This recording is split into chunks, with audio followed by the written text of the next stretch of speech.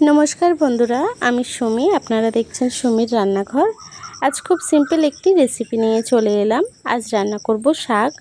चलुन ताहले रेसिपिटी शुरू करा जाक। तार आगे भिडियोटी भालो लेगे थाकले चैनलटिके सबस्क्राइब करे पाशे थाकबेन। चलुन ताहले रेसिपिटी शुरू करा जाक।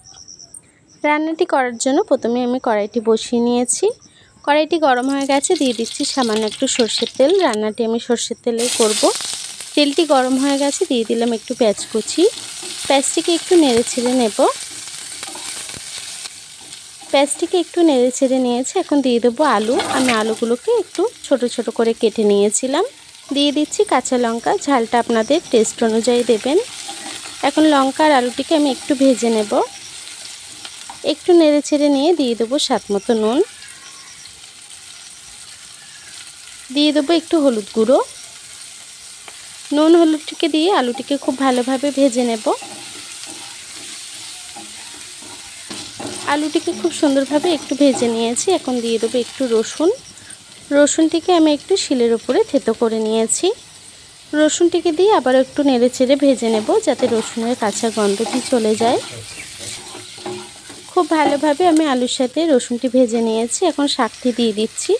শাকটিকে খুব ভালোভাবে কুচিয়ে ধুয়ে নিয়েছিলাম। প্রথমে অল্প করে শাক দিয়ে একটু নেড়েচেড়ে নেব, তারপর বাকি শাকটি অ্যাড করব। বাকি শাকগুলো আমি দিয়ে দিয়েছি। দেখুন এই শাকটি রান্না করছি, এই শাকের নামটি আমি জানি না, আপনারা জানলে কমেন্ট বক্সে জানাবেন। শাকটিকে আমি দিয়ে দিয়েছি, আবারও নেড়েচেড়ে কিছুক্ষণ রান্না করে নেব।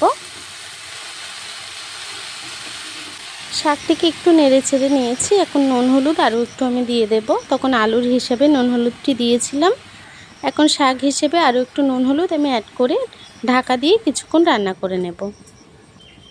শাকটিকে ঢাকা দিয়ে কিছুক্ষণ রান্না করে নিয়েছি। দেখুন শাকটি কিন্তু কমে এসছে। এখন শাকটিকে আমি খুন্তি দিয়ে খুব ভালোভাবে নেড়েচেড়ে রান্না করে নেব। দেখুন শাকটি কিন্তু খুব ভালোভাবে রান্না হয়ে গেছে, মাখা মাখা হয়ে গেছে। আমি আলুগুলোকে একটু ঘুটে দিয়েছি। শাকটি কিন্তু আমার হয়ে গেছে। এখন আমি গ্যাসটিকে বন্ধ করে শাকটি নামিয়ে নেব। খুব সিম্পলভাবেই কিন্তু এই শাকটি রান্না করে নিতে পারেন, খেতেও কিন্তু দুর্দান্ত লাগে। শাকটিকে এখন আমি নামিয়ে নিচ্ছি। দেখুন বন্ধুরা, আমার শাকটি কিন্তু হয়ে গেছে। কেমন হয়েছে কমেন্ট বক্সে জানাতে ভুলবেন না। আর আপনাদের মূল্যবান সময় দিয়ে ভিডিওটি দেখার জন্য আপনাদেরকে অসংখ্য ধন্যবাদ।